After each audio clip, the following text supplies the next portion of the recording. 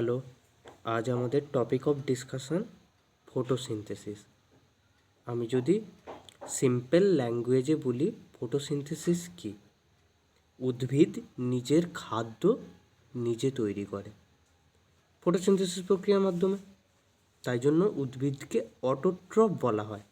তাহলে ফটোসিনথেসিস কি? ফটোসিনথেসিস হচ্ছে উদ্ভিদের খাবার তৈরি করার প্রক্রিয়া। কীভাবে এই খাবার তৈরি করে? না, সানলাইটকে কাজে লাগিয়ে। তাহলে ফটোসিনথেসিস প্রক্রিয়াতে কি হয়? Light energy converted into chemical energy. Simply উদ্ভিদ বা প্ল্যান্টস সানলাইট অ্যাবসর্ব করে, সেই সানলাইটকে কাজে লাগিয়ে গ্লুকোজ তৈরি করে। তাহলে ফটোসিনথেসিস প্রক্রিয়ায় কি হয়? না, light energy converted into chemical energy. Light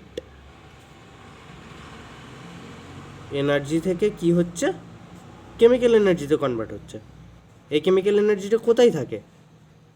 আমরা গ্লুকোজ মলিকিউল বা যে কোনো সুগার মলিকিউলে কার্বন কার্বন বন্ড থাকে, সেই কার্বন কার্বন বন্ডে এই কেমিক্যাল এনার্জিটা থাকে। ঠিক আছে, এবার কথাটা হচ্ছে ফটোসিনথেসিস কোথায় হয়? সবাই জানে, ছোটোবেলা থেকে পড়ছি, গ্রিন লিফে ফটোসিনথেসিস হয়।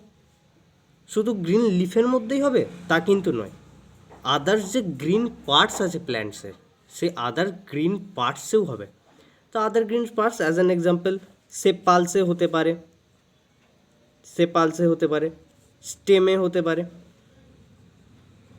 ঠিক আছে, এবার আমি যদি বলি যে গ্রিন লিফে স্পেসিফিক্যালি কোথায় হয়, না গ্রিন লিফে মেসোফিল সেল আছে, তো এগুলো মেসোফিল সেল।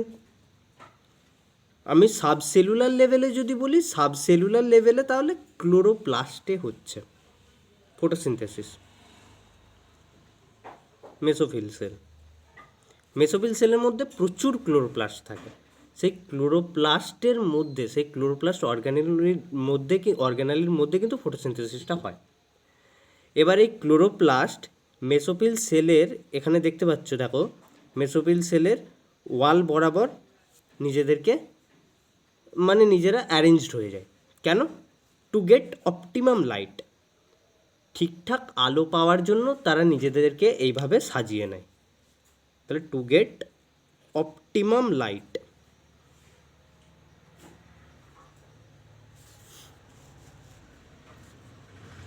অপটিমাম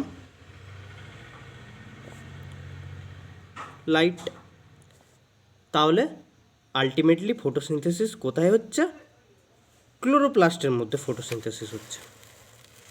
ঠিক আছে, এবার আমরা একটা ক্লোরোপ্লাস্টের ডায়াগ্রাম দেখব। এটা হচ্ছে ক্লোরোপ্লাস্টের রাফ ডায়াগ্রাম।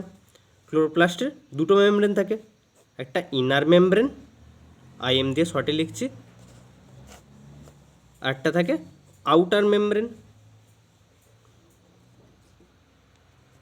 ক্লোরোপ্লাস্টের মধ্যে এরকম স্যাক লাইক স্ট্রাকচার থাকে, স্যাক লাইক স্ট্রাকচার কয়েনের মতো। ঠিক আছে, সিম্পলি এইরকম আমরা এক একটা কয়েনের মতো স্ট্রাকচার, এক একটা মেমব্রেন বাউন্ড স্যাক লাইক স্ট্রাকচারকে আমরা থাইলাকয়েড বলি। কি বলি? থাইলাকয়েড। থাইলাকয়েডগুলো একটা আর একটার ওপরে যখন স্তূপের মতো আকৃতি গঠন করে, একটা আর একটার ওপরে আমরা যদি কয়েনকে আমরা একটা আর একটার ওপরে সাজাতে থাকি, তাহলে স্তূপের মতো আকৃতি তৈরি হবে। সেরকম থাইলাকয়েডগুলো একটা আর একটার ওপর চেপে স্তূপের মতো আকৃতি তৈরি করলে তাকে আমরা গ্রানা বলি। কি বলি? গ্রানা। তাহলে একটা কয়েন হচ্ছে থাইলাকয়েড। ওই রকম অনেকগুলো কয়েন মিলে যখন একটা স্তূপের মতো হচ্ছে, তখন ওই কয়েনগুলোকে মিলে আমরা গ্রানা বলছি। ঠিক আছে, তাহলে অনেকগুলো থাইলাকয়েড মিলে গ্রানা তৈরি হচ্ছে। এরকম দুটো গ্রানাকে কানেক্ট করছে যে ব্রিজের মতো মেমব্রেনাস স্ট্রাকচার, তাকে আমরা কি বলি? স্ট্রোমা ল্যামেলি বলি।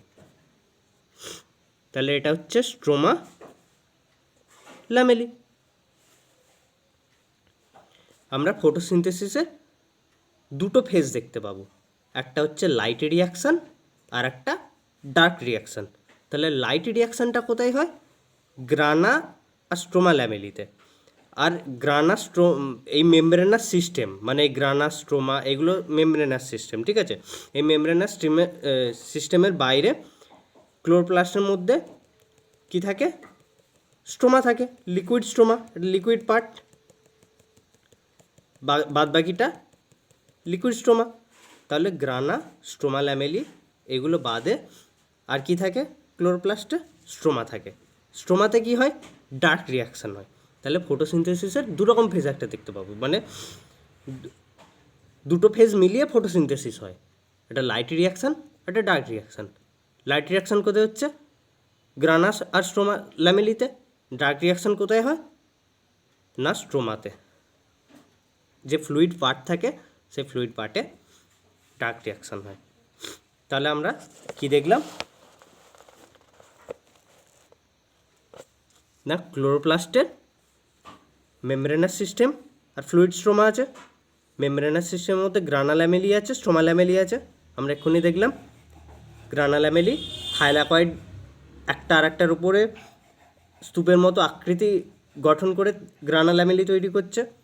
স্ট্রোমা ল্যামেলি দুটো গ্রানাকে যে ব্রিজের মতো থিন মেমব্রেনাস স্ট্রাকচার কানেক্ট করছে তাকে আমরা স্ট্রোমা ল্যামেলি বলছি। তাহলে গ্রানা ল্যামেলি আর স্ট্রোমা ল্যামেলিতে লাইট রিয়াকশান হয়। ক্লোরোপ্লাস্টের আরেকটা অংশ আমরা ফ্লুইড পার্ট দেখছি, যেখানে ফ্লুইড, যাকে আমরা স্ট্রোমা বলছি, সেই স্ট্রোমাতে কি হচ্ছে? ডার্ক রিয়াকশান হয়। লাইট রিয়াকশানের নাম লাইট রিয়াকশান কেন হলো? ডার্ক রিয়াকশানের নাম ডার্ক রিয়াকশান কেন হলো? লাইট রিয়াকশান ডিরেক্টলি লাইটের ওপর ডিপেন্ডেন্ট, মানে লাইট রিয়াকশানে যে এটিপি এনএডিপিএইচ তৈরি হয় সেই এটিপি এনএডিপিএইচটাকে ব্যবহার করে ডার্ক রিয়াকশানে গ্লুকোজ তৈরি করে। তো light reaction directly light driven বলে এর নাম light reaction. Dark reaction directly light driven নয় বলে এর নাম ডার্ক রিয়াকশান। নাম শুনে মনে হতে পারে যে ডার্ক রিয়াকশান মানে অন্ধকারে হয়, তা কিন্তু নয়। ডার্ক রিয়াকশানের নাম ডার্ক রিয়াকশান কেন হচ্ছে? কারণ এটা ডিরেক্টলি লাইটের উপর ডিপেন্ডেন্ট নয়, শুধু এই কারণে, অন্য কোনো কারণে নয়। লাইট রিয়াকশানে কী তৈরি হয়? লাইট রিয়াকশানে এক নম্বর হচ্ছে ওয়াটারের অক্সিডেশন হয়। ওয়াটারের অক্সিডেশন হয়ে অক্সিজেন তৈরি হয়, এটিপি তৈরি হয়, এনএডিপিএইচ তৈরি হয়। এই এটিপি এনএডিপিএইচটা ডার্ক রিয়াকশানে কাজে লাগে। ডার্ক রিয়াকশানে কী হয়? CO2 রিডাকশান হয়, CO2 রিডাকশান হয়ে গ্লুকোজ তৈরি হয়। আর এটিপি এনএডিপিএইচটাকে কাজে লাগিয়ে পুনরায় ডার্ক রিয়াকশানে এডিপি এনএডিপিতে কনভার্ট হয়ে যায়। ডার্ক রিয়াকশানে এটিপি এনএডিপিতে কনভার্ট হয়ে যায়, এটিপি এনএডিপি প্লাস। তাহলে লাইট রিয়াকশানে যে এটিপি এনএডিপিএইচ তৈরি হচ্ছে, ডার্ক রিয়াকশানে সেই এটিপি এনএডিপিএইচকে কাজে লাগিয়ে গ্লুকোজ তৈরি হচ্ছে, আর এটিপি এনএডিপিএইচ থেকে পুনরায় এডিপি এনএডিপি প্লাস তৈরি হয়ে যাচ্ছে। এবার আমরা ডিফারেন্ট লাইট ইন্টেন্সিটিতে অ্যালাইনমেন্ট অফ ক্লোরোপ্লাস্ট দেখব। মানে ডিফারেন্ট আলোর ইন্টেন্সিটি ডিফারেন্ট থাকলে, মানে খুব তীব্র আলো হলে বা খুব লো ইন্টেন্সিটির আলো হলে বা মডারেট ইন্টেন্সিটির আলো হলে ক্লোরোপ্লাস্টগুলো মেসোফিল সেলে কীভাবে অ্যারেঞ্জড হয় সেগুলো আমরা দেখব। এখানে হাইলাইট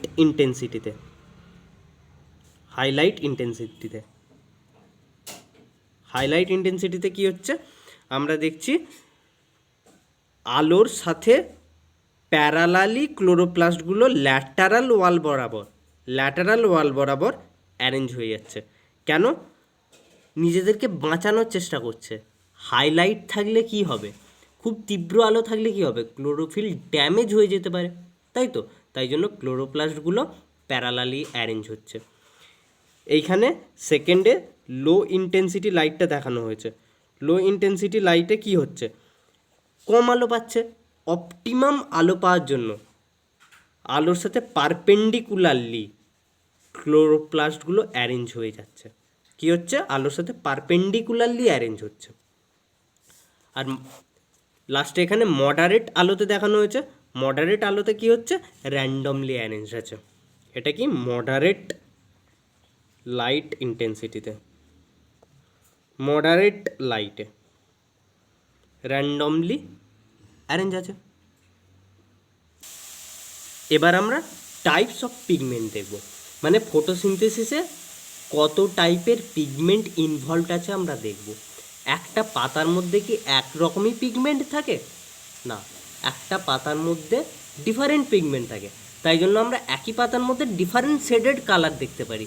কোনোটা হয়তো ইয়েলো গ্রিন, কোনো পোর্শনটা ব্লু গ্রিন, এরকম ডিফারেন্ট শেড আমরা দেখতে পারি। আমরা কি করেছি, একটা পাতা নিয়েছি, পাতাটার পেস্ট তৈরি করেছি।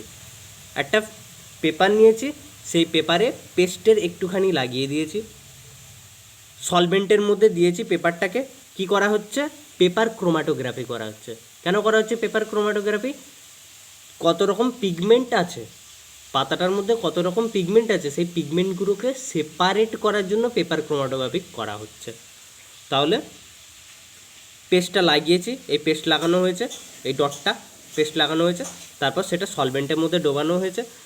কি হবে, ক্যাপিলারি অ্যাকশানের জন্য সলভেন্টটা এই পেপারের মধ্য দিয়ে যাবে। যখন পেপারের মধ্য দিয়ে যাবে তখন ডিফারেন্ট পিগমেন্টগুলোকে সেপারেট করে দেবে। মানে এই ডটের মধ্যে অনেকগুলো পিগমেন্ট আছে, তো এই পিগমেন্টগুলোকে সেপারেট করে দেবে, সিম্পল। এইটাকে পেপার ক্রোমাটোগ্রাফি বলা হয়। তাহলে এখানে কি কি পিগমেন্ট দেখানো হয়েছে, chlorophyll B, chlorophyll A, xanthophyll, carotenoid. Chlorophyll B এর কালার কি, ইয়েলো গ্রিন, ইয়েলো গ্রিন, পিলা হারা। ক্লোরোফিল এ নীলা হারা, ব্লু গ্রিন। জ্যান্থোফিলের রং কি, ইয়েলো। ক্যারোটিনয়েডের রং কি, yellow orange. As simple as that, আর কিছু না। আমরা এখন অনেকগুলো পিগমেন্ট পেলাম। এখন আমরা দেখব কোন পিগমেন্টটা মেজর পিগমেন্ট, কোনটা চিপ পিগমেন্ট, সেটা আমরা দেখব। তার আগে আমাদের দুটো কনসেপ্ট রাখতে হবে, একটা হচ্ছে অ্যাকশন স্পেকট্রাম আর একটা অ্যাবজর্পশন স্পেকট্রাম। ফার্স্টে আমরা অ্যাকশন স্পেকট্রাম দেখব। অ্যাকশন স্পেকট্রামে কি হচ্ছে, আমরা একটা গ্রাফিক্যাল রিপ্রেজেন্টেশন করছি। ওয়াই অ্যাক্সিস বরাবর আছে রেট অফ ফটোসিনথেসিস, আর এক্স অ্যাক্সিস বরাবর আছে ওয়েভলেন্থ। তাহলে আমরা ডিফারেন্ট ওয়েভলেন্থে কী দেখছি, রেট অফ ফটোসিনথেসিস দেখছি। তাহলে ব্লু অ্যান্ড রেড রিজিয়নে, ব্লু, এটা হচ্ছে ব্লু, এটা হচ্ছে রেড। তাহলে ব্লু আর রেড রিজিয়নে আমরা higher rate of photosynthesis observe করছি। অ্যাকশন স্পেকট্রাম, তাহলে গ্রাফিক্যাল রিপ্রেজেন্টেশন করছি ডিফারেন্ট ওয়েভলেন্থে রেট অফ ফটোসিনথেসিস কীরকম হচ্ছে সেটা জানার জন্য। অ্যাবজর্পশন স্পেকট্রাম কী হচ্ছে, অ্যাবজর্পশন স্পেকট্রামে কোনো পার্টিকুলার পিগমেন্টে কীরকম পরিমাণে লাইটটাকে অ্যাবজর্ব করছে ডিফারেন্ট ওয়েভলেন্থে, সেটাকে আমরা দেখছি। তাহলে এখানে ওয়াই অ্যাক্সিস বরাবর আছে absorbance of light by particular pigment, X axis বরাবর কি আছে, ওয়েভলেন্থ। তাহলে এখানে আমরা তিন রকম পিগমেন্টের অ্যাবজর্পশন স্পেকট্রাম দেখছি। That is chlorophyll A, that is chlorophyll B, and that is carotenoid.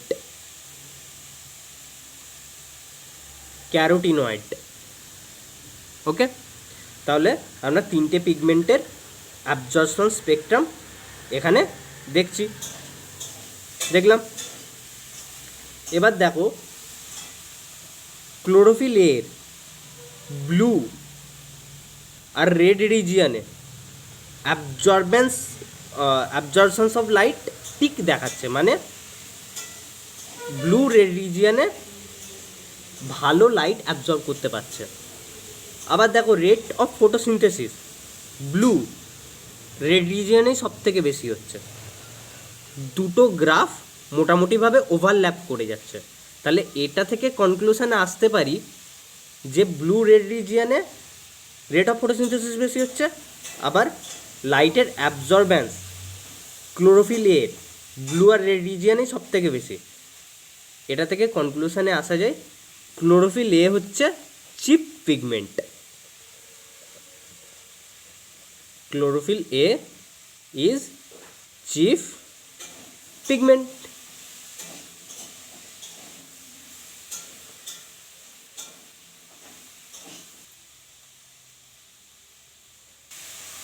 যদি ভিডিওটি ভালো লেগে থাকে লাইক শেয়ার অ্যান্ড সাবস্ক্রাইব।